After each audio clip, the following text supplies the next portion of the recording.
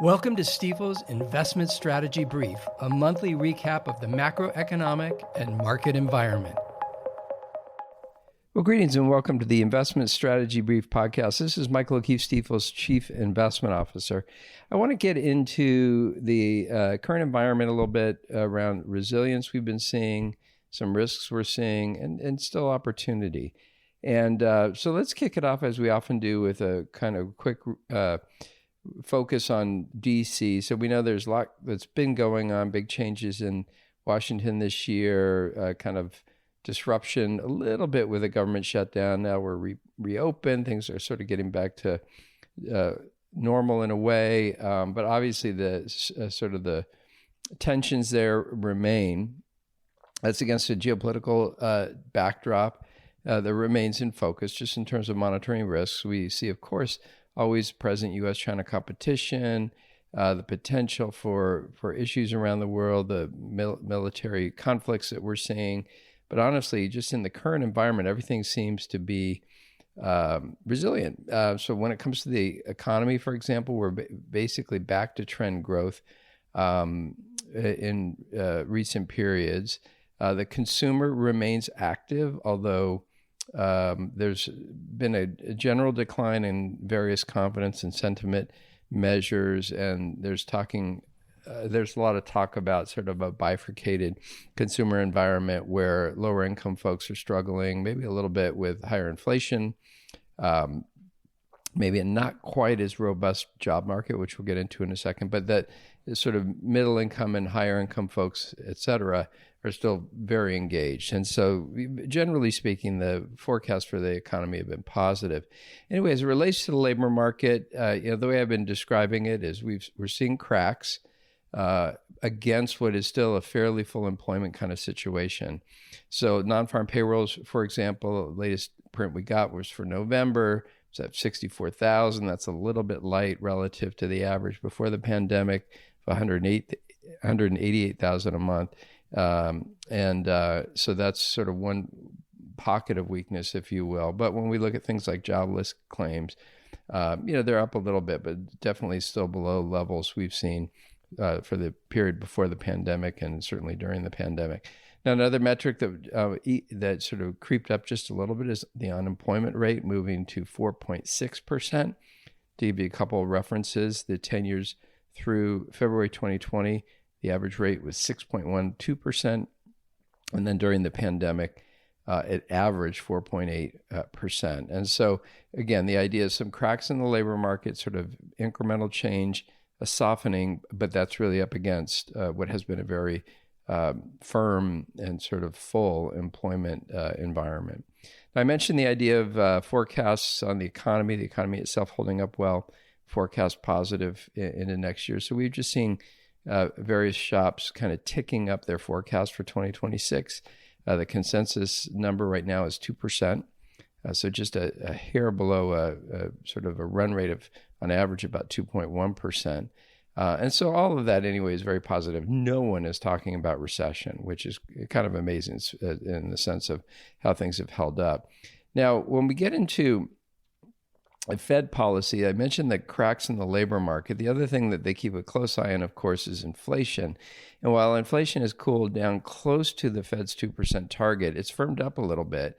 And then we had the shutdown, so some data wasn't available. But the punchline here is that people are watching it very closely. The Fed, for sure, has said, even in the wake of their last meeting, that the job isn't done yet, right? But when it all comes down to that balance of their dual mandate, right, labor versus inflation, they leaned a little bit towards wanting to address the labor risks.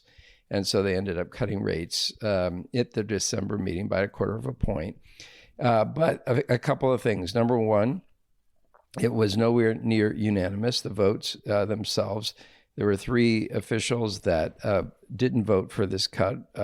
A couple wanted no change, or a few wanted no change. And then essentially there was one that favored a 0.5% cut. And in fact, when we look at the dot plot, even though they ended up conforming to the decision, there were a few others that in the dot plot sort of showed that would have preferred to keep rates where they were. And again, I think that's being mindful of the risks around inflation. Now, as a result of that, one of the nuances to this change to the Fed statement was the introduction or the reintroduction of the phrase extent and timing of. So they say, in considering the extent and timing of additional adjustments, the committee will carefully assess incoming data, et cetera. So all they're saying here, and it's sort of how they signal it, is we're not committing to any more cuts. We got to watch the data. We're going to watch the data. But again, think of it as the Fed ultimately taking action for a third time in 2025. And then when we look at the futures contracts, basically markets pricing in a couple more cuts. Now, at the December meeting, the Fed also published its summary of economic projections, and we got some interesting insights in the sense that they do expect inflation to come down just a little bit for 2026. They expect essentially a 1/4 point cut is sort of the median view among Fed officials for 2027. And interestingly, their view of the economy improved in that they've really ratcheted up their growth expectation again from a median perspective. That's the average of the officials surveyed, moving from 1.8%, that was the forecast in September, to 2.3%. So that kind of jump is actually a little bit unusual. And so anyway, long story short, I think the Fed took action. They're sort of balancing them, sort of mindful and worried about the risks of both sides of the dual mandate, inflation for prices, and then, of course, the job market. But they just leaned a little bit towards the job market and kind of helping out with that. Now, switching gears, I always like to touch base and just mention that the fiscal trajectory of the country is something we keep in focus. The deficit, as we've talked about many times, is operating at a level above 6% of GDP. We'd really like to see that down below 3%. Debt is over 120% of GDP. We'd love to see that down in the 60 to 80% range. And all that translates to, we see increasingly numerous officials talking about, both public and private, talking about this issue. And when people start talking about a plan, the ultimate word that nobody wants to talk about, but is really ultimately needs to be there, is austerity, right? The idea of potentially cutting spending, or really not potentially, actually having to cut spending, and then the potential for increases in certain taxes, but not at a level to haircut growth. So that's a kind of a challenging issue to wrestle with, and it's something we think officials will have to take a closer and closer look at as we move through time.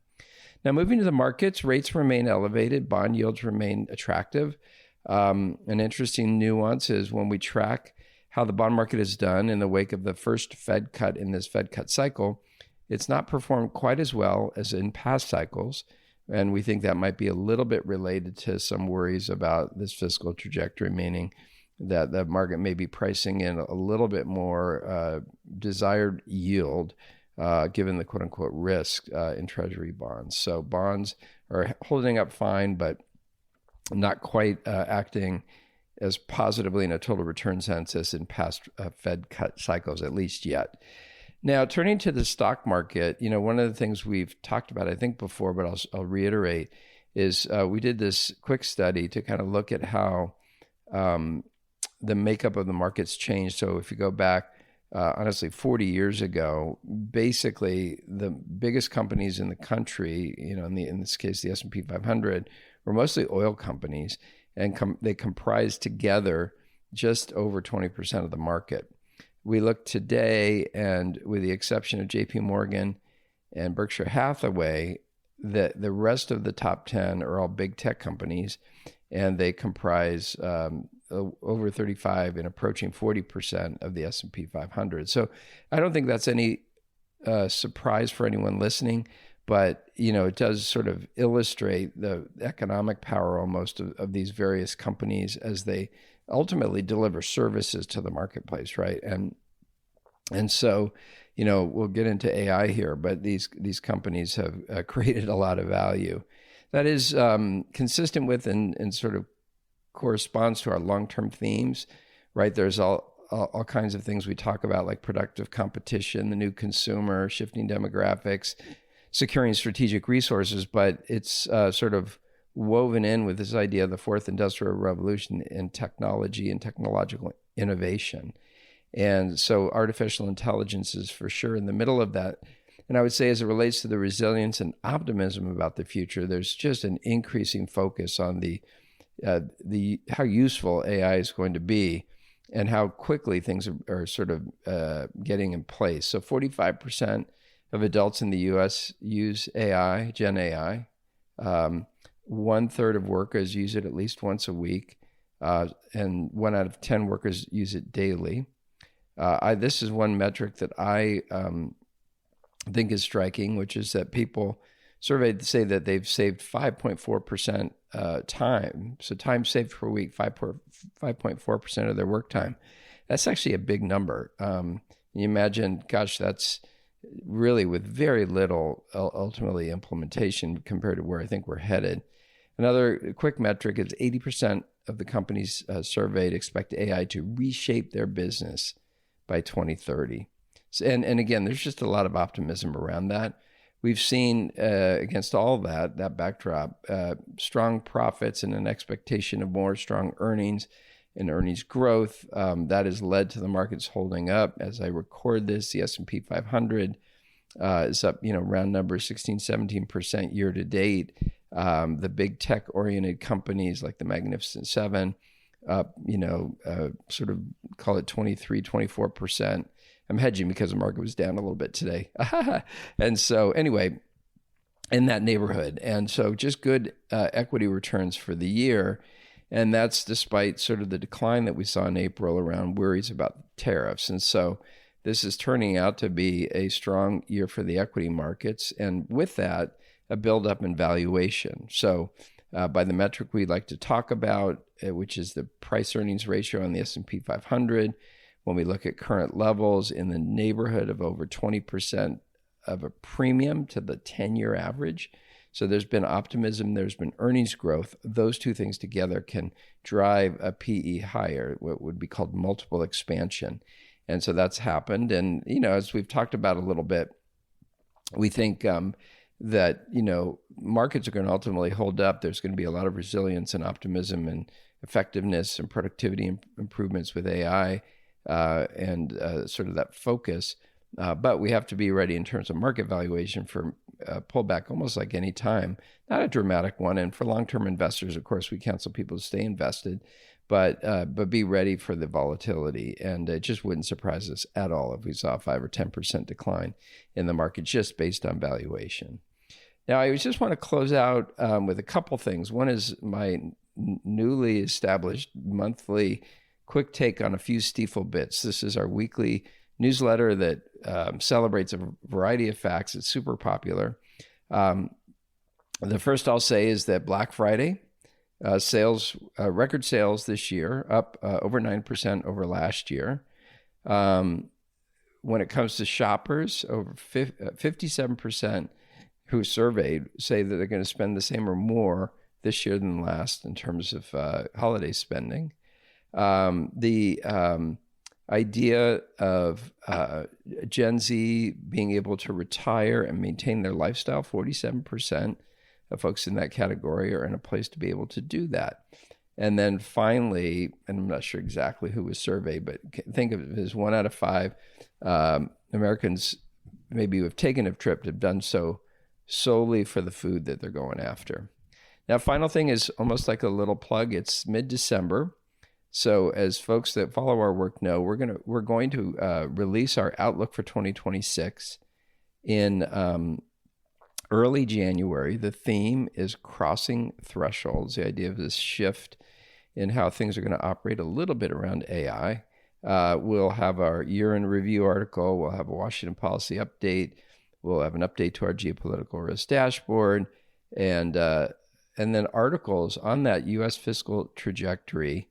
And then on artificial intelligence, probably not surprising. We're expecting to release things on January 7th and then hold a client webinar soon after that.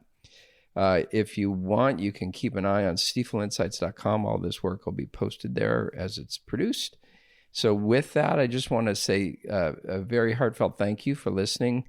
not just to this episode, but to the series. It's end of the year, always a good time to reflect. We really appreciate you taking the time to listen, and wish you happy holidays and happy new year. Thanks so much. Thanks for listening to Stifel's Investment Strategy Brief. Be sure to subscribe wherever you're listening to automatically receive each month's podcast in your feed.